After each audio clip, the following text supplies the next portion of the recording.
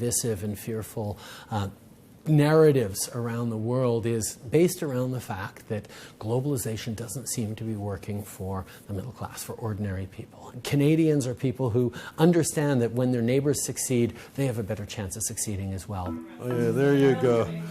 There you go, eh?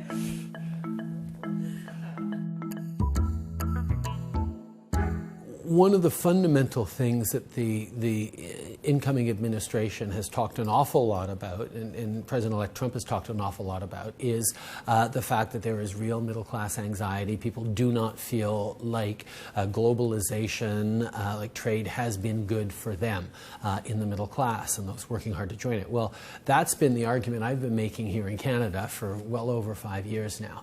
The fact that if we want pro-growth strategies to succeed, they have to include the middle class. There is an alignment there on our concerns. Now, there's differences on the policy solutions for it, but I know that's a place we're going to be able to find agreement and alignment on, and that's a significant opportunity for us to work together. You cannot make a choice anymore between what's good for the environment and what's good for the economy. You cannot do one without the other. If people have no jobs, if they have no opportunity, they're not going to worry about protection of the air and water if they can't feed their kids.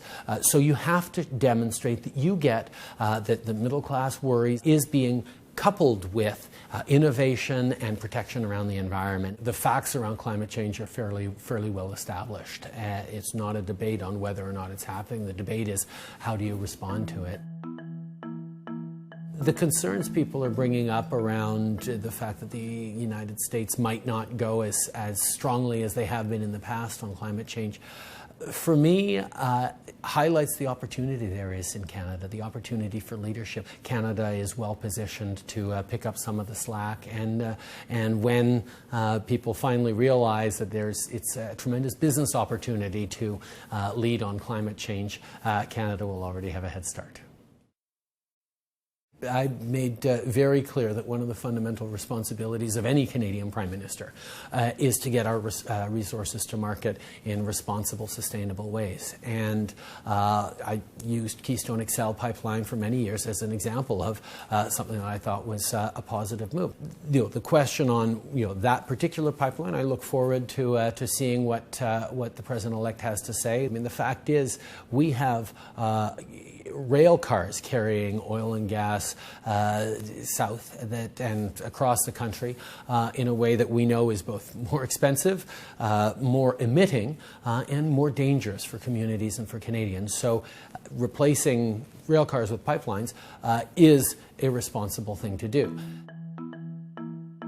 I think Canada's always understood that we're not a country that'll stand up and beat its chest on the world stage, but we can be very helpful in modeling solutions that work and being reasonable in how we engage with the rest of the world. I think there continue to be fossil fuel resources that the world wants, and whether someone's car is filled from gasoline from Saudi Arabia or from the oil sands, they're going to be emitting it. But at the same time, can we demonstrate that the way we're extracting and developing our oil resources, our fossil fuel resources in Canada is cleaner, is more innovative, is less dangerous, is more responsible than anywhere else in the world, because we've already shown tremendous innovations and abilities to do that, while at the same time we're raising our efficiency standards on end users. We're driving people towards public transit by creating better investments in public transit, where we're doing a whole range of things that will diminish the market for fossil fuels as we develop renewables.